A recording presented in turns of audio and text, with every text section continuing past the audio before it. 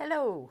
In today's how-to we will be looking at bare root irises which have come from Caillou in France, and they came in a box like this, and basically what you've got is a little small section of iris like that, and you can see it's pretty dry. It's travelled all the way from France. It's wrapped up in, they're like wood shavings, I don't know, it's like straw, I don't know, but it's very dry.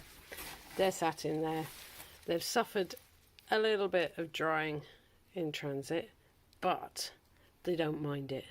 It's not going to hurt them at all.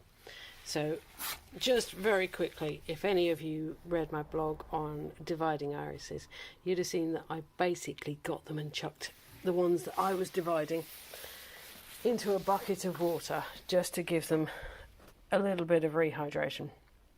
So these guys have been sitting in here for about 15 minutes, 20 minutes maybe, and it's just enough to get them to perk up a bit. I mean, already the actual leaves are starting to feel less floppy and less crisped, so they are starting to feel a little bit more rehydrated.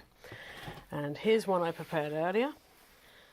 This one's called Captive Sun, as you can see, and I want the rhizomes just sitting on the very surface. This is quite a mingy little one, to be honest with you, which is why I started with it. But you can see it is a lot better than it was. They were completely floppy. Anyway, so what we've got is the potting mix. So this is peat-free. We always use peat-free at Altingwick, and I've always used peat-free my entire life. And what else have we got in it? We've got perlite, that there, and there's vermiculite in here somewhere. I've kind of mixed it all in. There was vermiculite. There's a little bit of chicken manure, not a huge amount because it's nitrogen rich, and obviously we don't necessarily want a lot of green growth from these guys. What we actually want them to do eventually is flower. There's some seaweed, which you can't see because it's a dust. Hang on.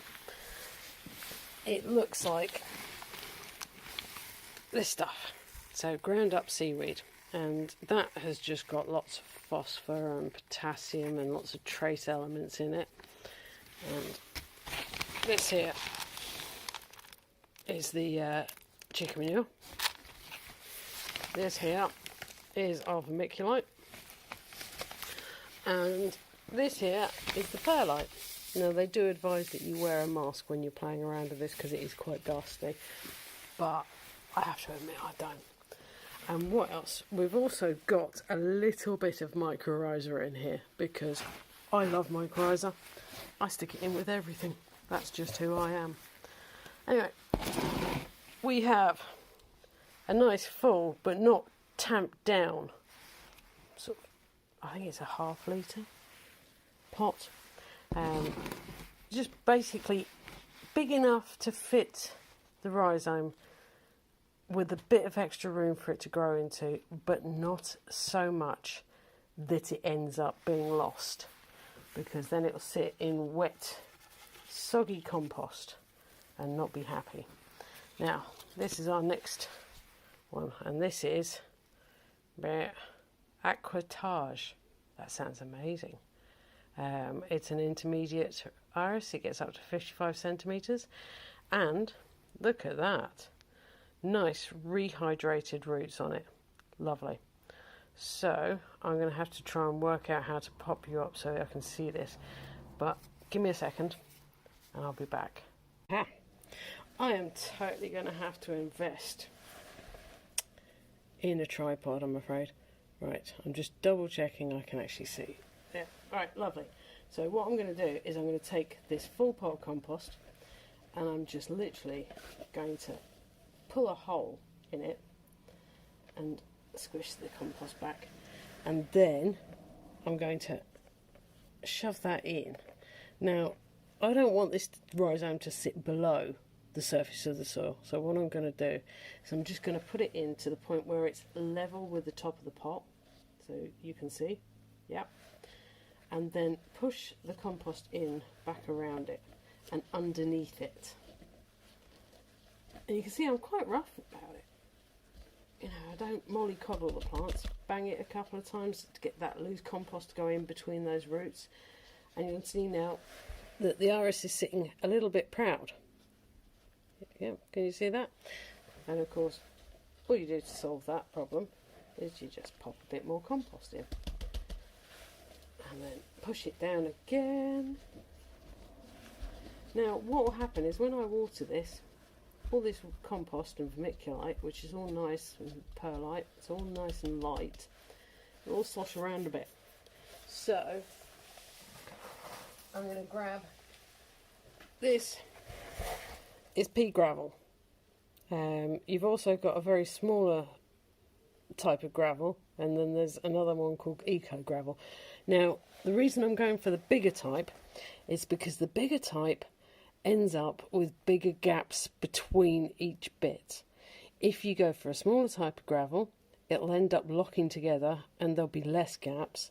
And of course with the eco gravel, which I'll show you in a second, it locks together completely and forms almost like a cap.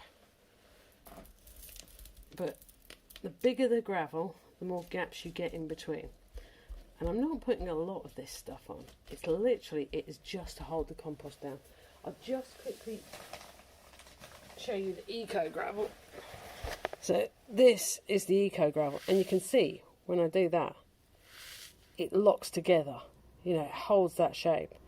So that can form a cap, and it's not always the best for plants that like good drainage. It's alright.